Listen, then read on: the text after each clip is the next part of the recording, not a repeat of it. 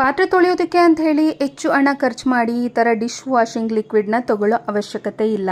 ಮನೆಯಲ್ಲೇ ತಯಾರಿಸ್ಕೊಳ್ಬಹುದು. ಒಂದು ಪಾತ್ರೆಯನ್ನು ತೊಗೊಂಡಿದ್ದೀನಿ, ಅದಕ್ಕೆ ಸ್ವಲ್ಪ ನೀರನ್ನು ಹಾಕ್ಕೊಂಡಿದ್ದೀನಿ. ಒಂದೊಂದು ರೂಪಾಯಿದು ಒಂದು 2 ರೂಪಾಯಿಗೆ ಆಗುವಷ್ಟು ಕ್ಲಿನಿಕ್ ಪ್ಲಸ್ ಶಾಂಪೂನ ತೊಗೊಂಡಿದ್ದೀನಿ. ಪಾತ್ರೆನ ಶಾಂಪೂನಲ್ಲಿ ತೊಳೆಯೋದ್ರಿಂದ ಪಾತ್ರೆಗಳ ವಾಸನೆ ಬರಲ್ವಾ ಅಂತ ಕೇಳ್ಬೋದು. ಖಂಡಿತ ಇಲ್ಲ. ಈ ವಿಧಾನದಲ್ಲಿ ಬಳಸಿದ್ರೆ ಖಂಡಿತ ವಾಸನೆ ಬರಲ್ಲ. ಈಗ ಶಾಂಪೂನ ಹಾಕೊಂಡ ನಂತರ 1 ಸ್ಪೂನ್ ಅಡುಗೆ ಉಪ್ಪು, 1 ಸ್ಪೂನ್ ಅಡುಗೆ ಸೋಡಾ. ಅಡುಗೆ ಸೋಡಾ ಅನ್ನೋದು ಕ್ಲೀನಿಂಗ್ ಕೆಲಸಗಳಿಗೆ ತುಂಬಾ ಉಪಯೋಗಕಾರಿ ಅಂತಲೇ ಹೇಳ್ಬೋದು. ನೋಡಿ, ಈಗ ನೀರನ್ನು ಎಲ್ಲ ಮಿಶ್ರಣ ಮಾಡಿ ಕಾಯೋದಕ್ಕೆ ಅಂತ ಹೇಳಿ ಒಲೆ ಮೇಲೆ ಇಟ್ಟಿದ್ದೀನಿ. ಇದಿನ್ನೇನು ಕಾಯ್ತಿದೆ, ಬಿಸಿ ಆಗ್ತಿದೆ ಅಂತ ಅನ್ನೋವಾಗ ಇದಕ್ಕೆ 1 ಹೋಳು ನಿಂಬೆ ಹಣ್ಣಿನ ರಸವನ್ನು ಇಂಟ್ಕೋಬೇಕಾಗತ್ತೆ.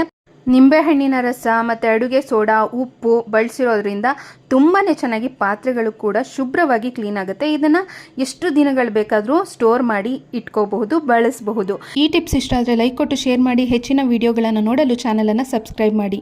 ಧನ್ಯವಾದ.